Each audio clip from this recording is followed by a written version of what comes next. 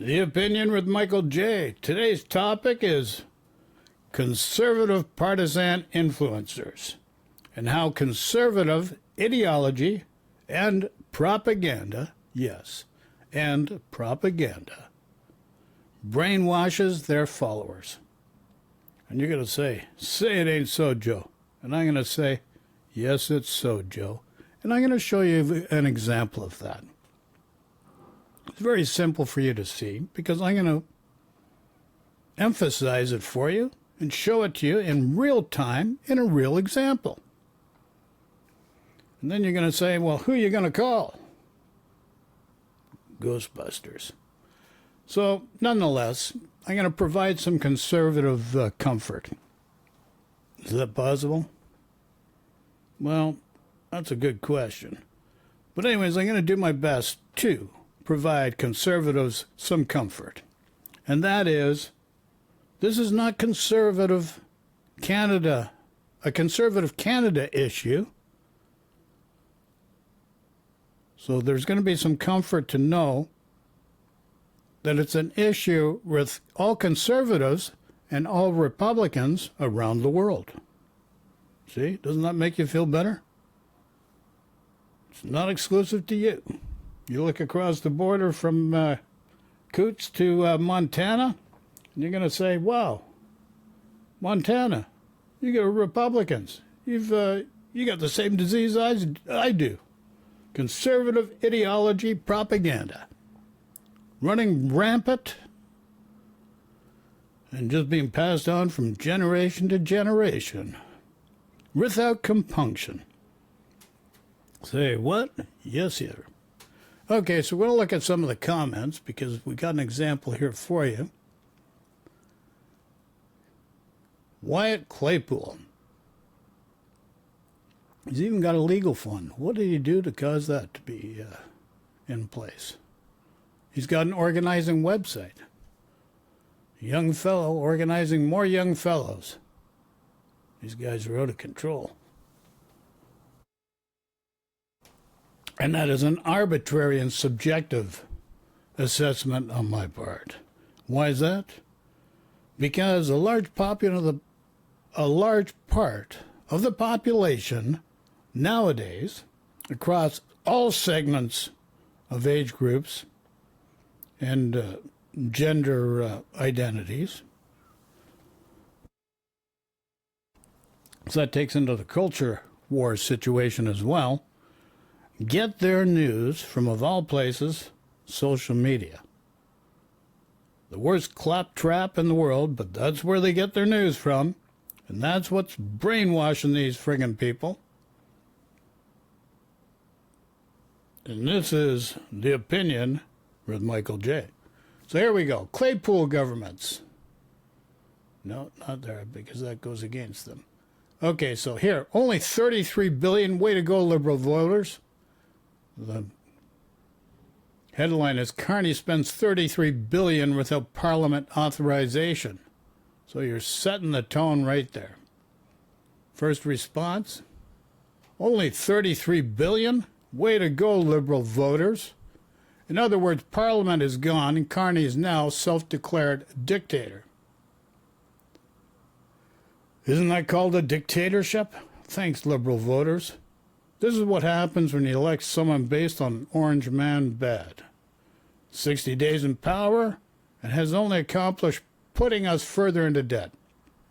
That's a rich one, because for some reason, this debt thing on the conservative side of the fence is a big problem. And why is that a big problem? It's a big problem mostly because of a word that starts with a capital I, and it's called ignorance. And you say, that's rather harsh of you to be making that statement, Michael. But I stand by what I say, and I'll explain why. Not only will I just make a statement, I'll explain the cause and effect, the rationale, and the logic behind that statement.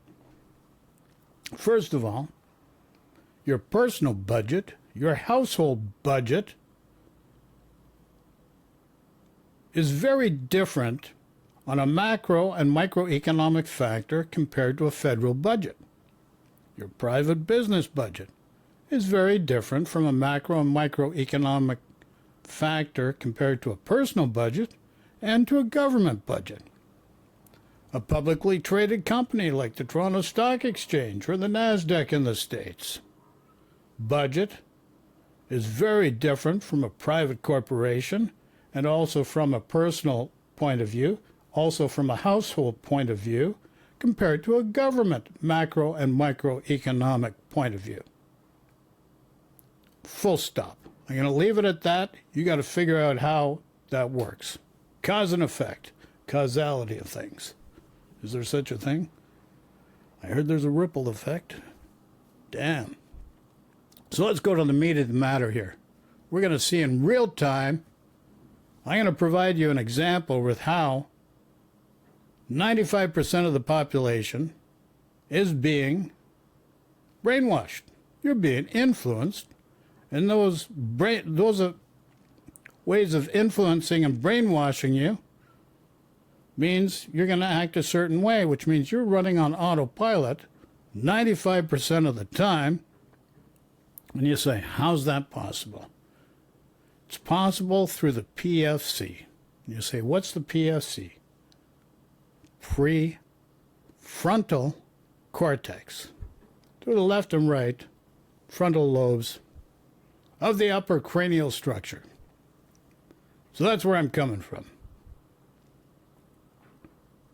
Do I have a PhD? Do I have a master's? No. I only have a grade 9 education, folks. Full disclosure. Can you imagine that? And yet I've made multi-million-dollar companies out of nothing. Before I was 30 years of age. Nonetheless, I digress. It's really not relevant to the subject matter at hand here. But let's go to Wyatt Claypool. Take it away, Wyatt. Into a $62 billion deficit last year that Chrystia Freeland basically resigned over it being so bad. And then Chrystia Freeland, somehow still part of his government, is happy to go along with Mark Carney, who is now going to consistently have deficits over $60 billion for the next 4 years. You can't make it up, but don't worry, he said we're going to spend less and invest more, which means that this is all perfectly above board spending. What's in this spending bill? What's in this? Well, not bill. What's in the spending order in council? Oh, what is that? $178 million to be allocated. Oh, this is really a pet peeve of conservatives. CBC, they want to get rid of it. They want more media ownership, free markets. Look what free markets did for you. Most of the dailies, most of the media in Canada now is controlled by an American hedge fund. The same hedge fund that owned AIM, which is notorious for payoffs to Playboy bunnies in order to provide hush payments and suppress bad information about this guy Donald J. Trump so that he could become President of the United States. Now look at here. Can you look at this? Canadian Broadcasting Corporation's in orange, and it's meant to be to emphasize that, to trigger the base. But look at the other items at hand. Canadian Dairy Commission, Canadian Energy Regulator, Canadian Food Inspection Agency. You mean that these are important institutions that help make our general public safe? Yes, that's true. Canada Water Agency. Canada Revenue Agency. Somebody's got to collect some dough. Canada Mortgage and Housing Corporation. Canada Council for the Arts. So we're going to leave it at that. Let's look at more of what Mr. Claypool has to say here. To who is that in orange? The Canadian Broadcasting Corporation. What? Now, I could understand that in response to tariffs, you're going to maybe give out $100 million to specific industries to make up for loss in revenue because of the tariff situation. You can understand that. You can rationalize that. This guy, I believe, has a university education. He's very proud of. Nonetheless, just to add some color to the conversation here. But guess what? The government of Canada has been prorogued for a long time. And just like a household budget, private corporation, a public corporation, and government, you have daily expenses. And if you look at those items, those are daily expenses that got taken care of. There's no hiding, because if you look at this, I'll provide a link for this video so you can just double check it all for yourself. I'm sure the ego needs to do that if you're conservative. But we're going to get up to the juicy part of the emphasis of what point I'm trying to make here. All of the friction going on with trade. It's not my approach, but fair enough. You could consider that to be urgent enough. You have to pass it right now. I would say just cut their taxes, just cut corporate taxes, personal income tax. Cut taxes? Cut corporate taxes? Cut personal taxes? Is that what he said? What did Pierre Poilievre do during his campaign to run for prime minister? I'm going to cut taxes. Cut taxes. I'm going to cut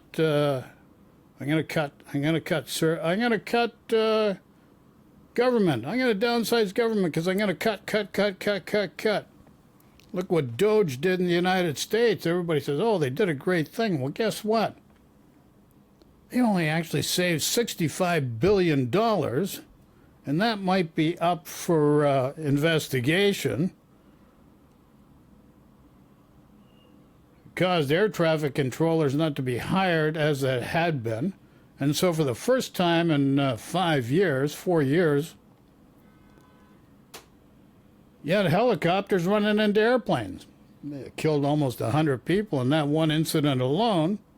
But this is why we got to cut. So here's the thing. So instead of creating something that'll be settled in the budget, because you got daily expenses, so instead of doing what you need to do that's going to end up being added within, because this expenditure is a public thing. You pulled it up. It's public. It's there for you to find. There's nothing hidden. It's transparent. And it will be included in disclosure within the budget that's going to be presented when the Parliament convenes to bring a budget. Simple as that. So let's hear this again. Urgent enough, you have to pass it right now. I would say just cut their taxes. It's not urgent enough to do right now. These are just regular bills, buddy. Instead, he wants to cut taxes. You listen to it again. You could consider that to be urgent enough. You have to pass it right now. I would say just cut their taxes, just cut corporate taxes, personal income taxes, and all that, and everything will be better automatically. But if you... It's still not going to change, Clayton. It's still not going to change the fact that you still got to pay your regular expenses no matter what. The government has to run. You just can't let it fall apart. But here's the thing. This is the way conservatives think. This is the way they've influenced their followers to think. And I stated my position on free markets and deregulation because we're at odds here, because from my perspective, those things need to be balanced in a manner that works for everybody, that mitigates risk, and provides upside for the people it's meant to service. Simple as that. You want to go down the subsidy route, if you want to give out emergency funding, sure, you can do that in an order in council. But do you really think this $33 billion is mostly stuff that we need right now? Or is it a giant omnibus pork barrel executive order that allows him to basically push out a bunch of money without getting any scrutiny from Parliament? And it's really difficult to scrutinize them after they've already spent it. Yeah, you can maybe try and force them to answer questions in committee meetings if the NDP will allow it.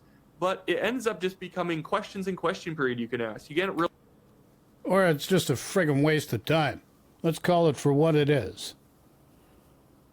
So, I'm going to call it for what it is. They're just expenditures that have to be made because you have to pay bills to keep the government in business. And it really should not be that hard to wrap your head around.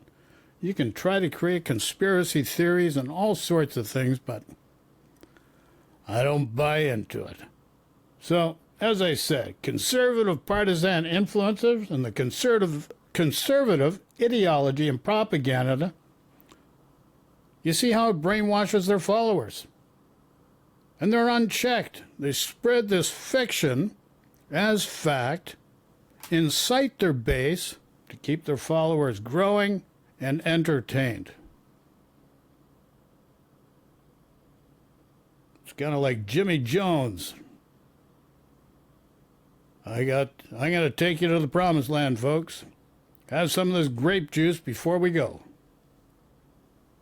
Yikes, that may be a little extreme, but nonetheless, I hope I made my point.